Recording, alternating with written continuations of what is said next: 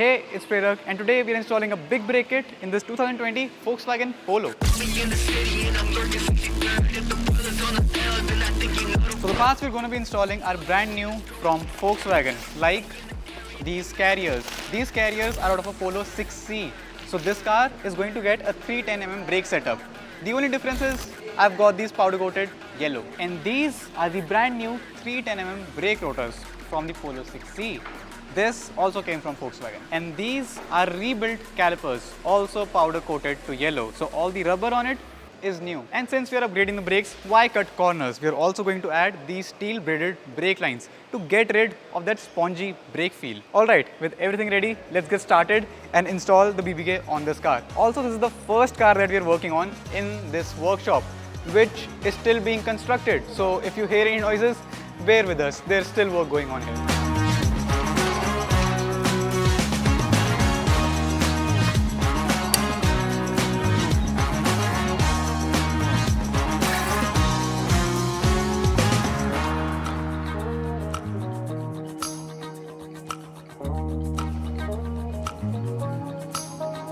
Oh, and I totally forgot to mention, we are also using 80 ceramic pads, and we have the OEM Polo 6C dust shields. So this is the stock brake setup, which is just puny. This is the 256mm brake setup, a TVS caliper, TVS brake pads. All in all, this is like an okay setup for a stock car.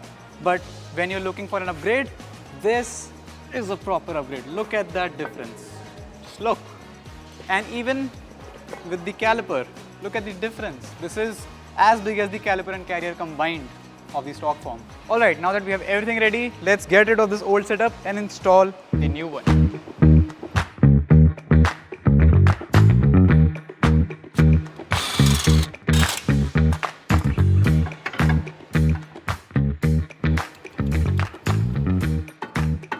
Since this is an old rotor we're not going to use, it does not matter.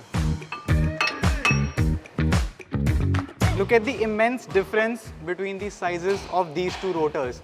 Now the size alone does not matter as much in braking performance, but the overall quality of all the parts that we're putting in now, this is 80E, this is 80, the brake pads are 80, everything is of much better quality, and that is why this will be much better in braking as well. Look at the difference between the size of the dust shields as well. So I think somewhere along ordering the parts, Volkswagen made a mistake and sent us a brand new stock dust shield of the passenger side. We have the correct driver side, but the passenger side is wrong. So we'll have to wait for this one. But till then, let's just put everything on and we'll install this once we have the right part. So before we put on the new rotor, let's clean this hub properly and apply a thin layer of grease on it so that this rotor does not get stuck. Alright, with this much cleaner now, let's apply a very thin layer of grease on it.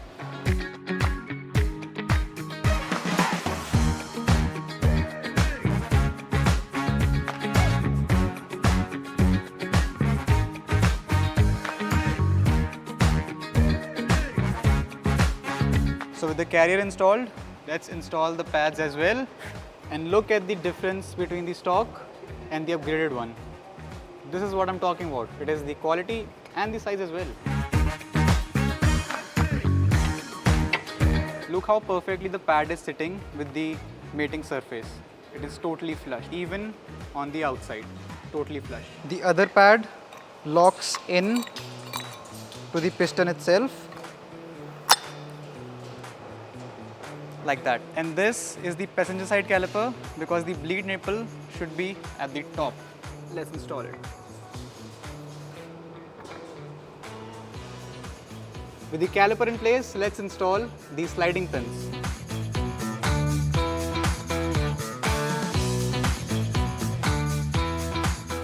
And these are the retaining clips. Now I had got them painted black, but they had just been sitting for a while and they already started to pit, and that is a problem with these retaining springs. They always tend to lose their color. So what I'm going to do is just clean them up, bring the silver out and leave them as is. And with the retaining pin installed, the entire brake setup is complete. We just need to install the brake line and then bleed the brakes to use them. Now look at how beautiful this looks.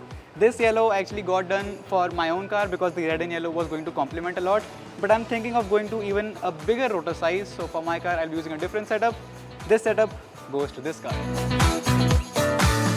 Even the OEM shield sort of bends slightly when fitting, which I don't like, but it's fine. This is how it's gonna fit. So these are the steel braided lines and the banjo bolt provided with it and the two copper crush washers. Now let me show you how we set this up. One crush washer goes at the top, other goes at the bottom, bolt goes through, and then this gets bolted into the caliper and the crush washers get sandwiched.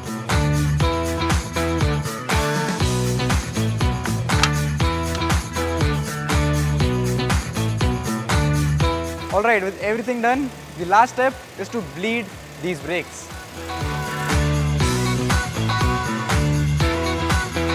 And now even the bleeding process is done.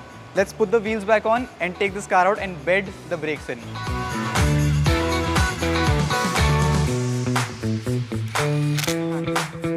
Alright, first drive after installing the brake setup. And what I want to do now is just to bed them in, go up to 40-50 kilometers per hour. Slow down, not to a halt, but like down to 10 or 15 kilometers per hour. And just repeat this for a while and avoid harsh braking at all costs till 500 or 1000 kilometers. Alright, mechanically everything is done on the car. On the test drive, the brakes performed really well. It is performing much better than what it used to. The only thing left is to port the ABS, and Ram is doing that just now so that the ABS knows when it is emergency braking, that is emergency braking on bigger brakes. But yeah, that has been it. Thank you so much for watching, and if you want such a kit, reach us out on That It Sells Instagram. Till then, thank you so much for watching, and I will see you in the next one.